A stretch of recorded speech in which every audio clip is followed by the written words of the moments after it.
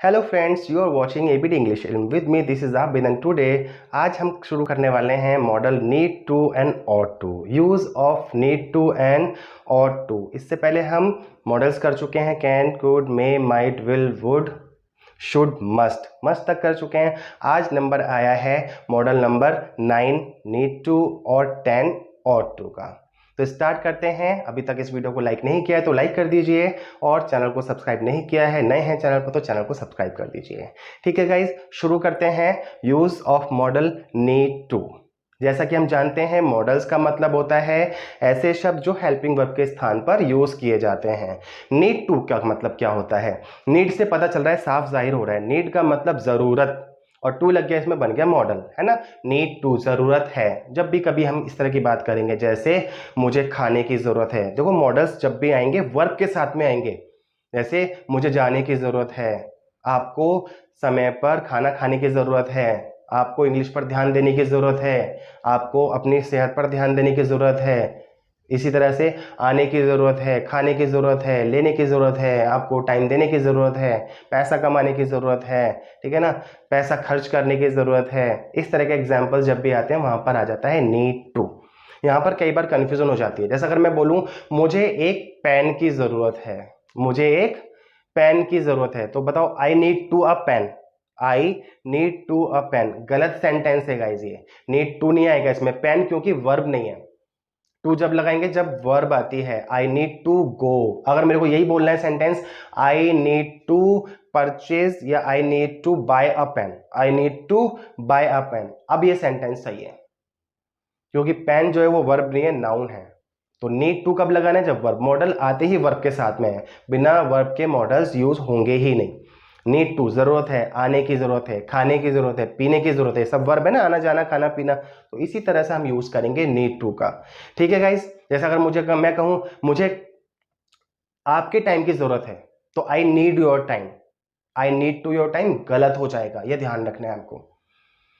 बड़ी कंफ्यूजन रहती है इसमें नीड और नीड टू में।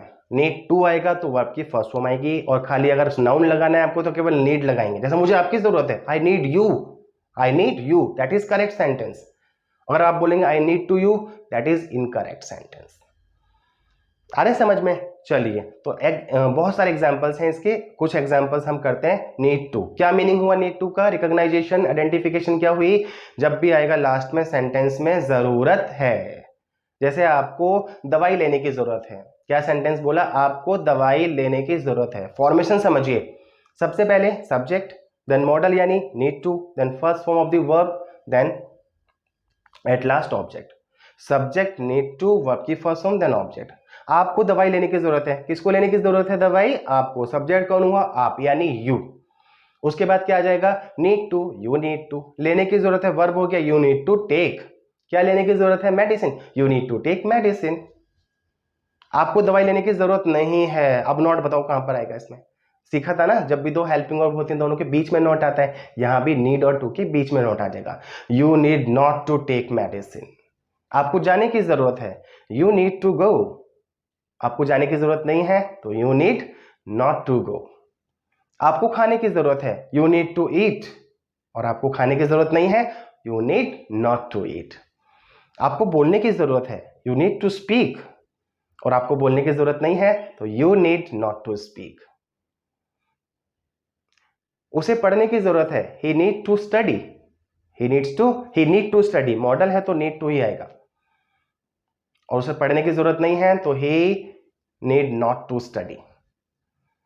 इसी तरह से मुझे खेलने की जरूरत है, I need to play, I need to play, और मुझे खेलने की जरूरत नहीं है, I need not to play. तो देखा गाइज आपने नीड टू से कितने सारे सेंटेंस बन सकते हैं। तो यही होता है नीड टू का मतलब।